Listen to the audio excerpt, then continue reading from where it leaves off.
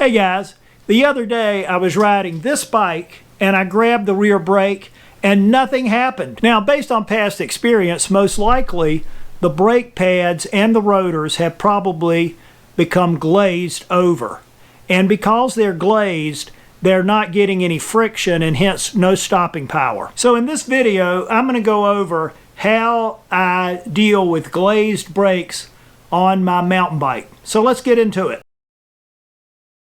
Now, from taking a good hard look at the rotor on this bike, you may not be able to see it, but as you can tell, it looks a little black. The rotor is silver, but in the place where the pads are attaching to the rotor, it almost looks like there's a little bit of black dirt or black on it. And I believe that that black stuff is most likely the glazing that has affixed to the rotor, and that glazing is making the rotor smooth. And so when the brake pad hits that rotor, the rotor is smooth and there's nothing really for the pad to catch into, and hence there's no stopping power in the brake. Now in this particular case, I have the brakes pads in with Carter pins, and I'm going to take the Carter pins out so that I can take out the brake pads. And most bikes will have a bolt here, but just what I have done in the past is have used Carter pins sometimes, and that's what I've done here. But anyway, taking out the pads out of the brakes, so taking all four. This is a Magura MT5 brake with 4 pads, and there I go, just got them out. Now I've laid out the 4 pads here, and in looking at them, if you look, you can see that each pad is sort of blackened. And as you look at them closely, you can see that the pad appears to have some type of,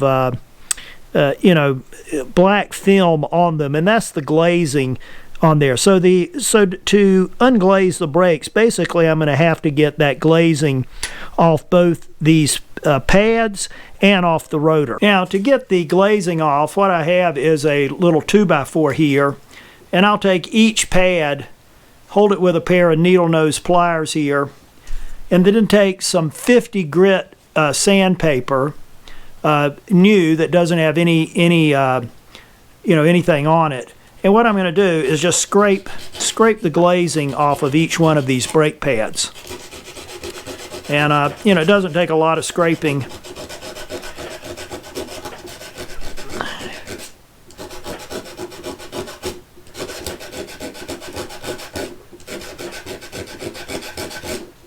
But as you can see, once you scrape it, the pad will become almost yellowish, and if you compare it to one that's not been cleaned, you can see that that pad is very blackened. Okay, I've cleaned all 4 pads, and hopefully you can see from this video that the pads are all sort of a yellowish. What you want to do is you want to sand. You don't sand them, until there's no pad left, but you just want to sand and get all of the black stuff or the glazing off of the brakes. They should have a nice yellowish tint to them, and once you get that, then the glazing is off, and now the pads will be rough enough that they should allow some level of friction that will give you some braking power. Now, just as important as the pads, you also need to clean up the disc. And here what I'm going to do is I'm going to take a paper towel and put a little brake cleaner on the paper towel and just clean up the rotor with the brake cleaner. So I'll just go all the way around and get as much of the black stuff off as I can. As you can see, there's quite a bit of black stuff on there, but I'll just go all the way around and clean it up as much as possible. Now in this particular exercise, you need to make sure you get both sides of the rotor. You don't want to go crazy with the cleaning solution or the brake cleaner, but you want to put enough on there so that it's interacting with and cleaning on the rotor, and make sure you get both sides of the rotor. So that's what I'm doing, just continuing to go. As you can see, I've gotten quite a bit of dirt on there.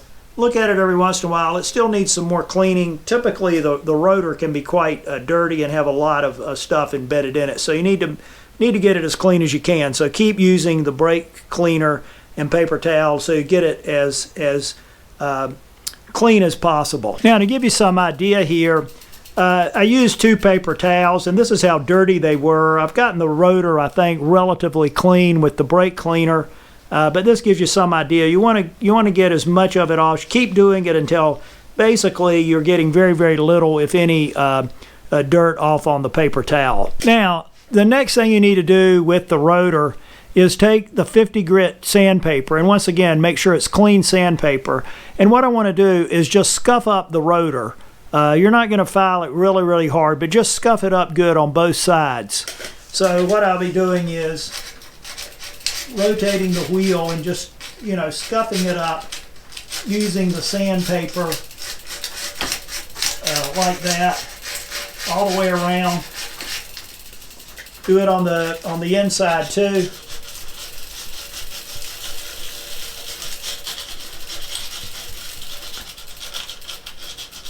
And get the brake rotor really scuffed up with the sandpaper. Now, that's what the rotor should look like when it's all scuffed up. It should be completely dry, have a silver shine a little bit to it, but also have all sorts of little scrapes and scars you put in it with the sandpaper. And what that's doing is that's giving the rotor some places where the pads can dig in, so that when you apply the brakes, you'll get some good friction from the brake rotor and the brake pads. Now, at this point, I'm getting ready to insert the pads, and what I've got to do is just push the pistons back. And because these are Magura brakes, you know, pushing the pistons back, you know, is not that difficult to do. What I have is a tire tool that I've cleaned off pretty good. So I won't be putting, you know, dirt on the rotor as I'm doing this. But once you get the pistons pushed back in, you can now insert the brake pads. On a lot of brakes, you can't do this on the bike. You'll have to actually take the caliper out or off the bike and you know, work the pistons in. But on the Magura, you can do it right on the bike. So now I'm going to take the pads that I've cleaned here and just insert them back into the caliper here. There's the third one. There goes the fourth one. One other thing I should have said earlier on, never touch those pads with your hands. Now what I've got here are 2 new cotter pins. I'm just going to stick those in.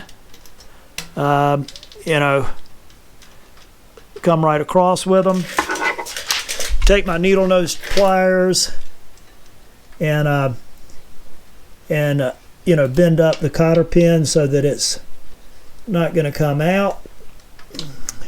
And at that point, the new, or not the new, but the cleaned pads and the scuffed up rotor are all ready to go. So I've inserted the clean pads in with the scuffed rotors, and now what I would normally do is take the bike out and treat it just like I'm bedding in a new set of brake pads. I've shown how I bed in my brakes in another video, so I'm not going to go over it here. So there you have it, guys. That's how I deal with glazed brakes.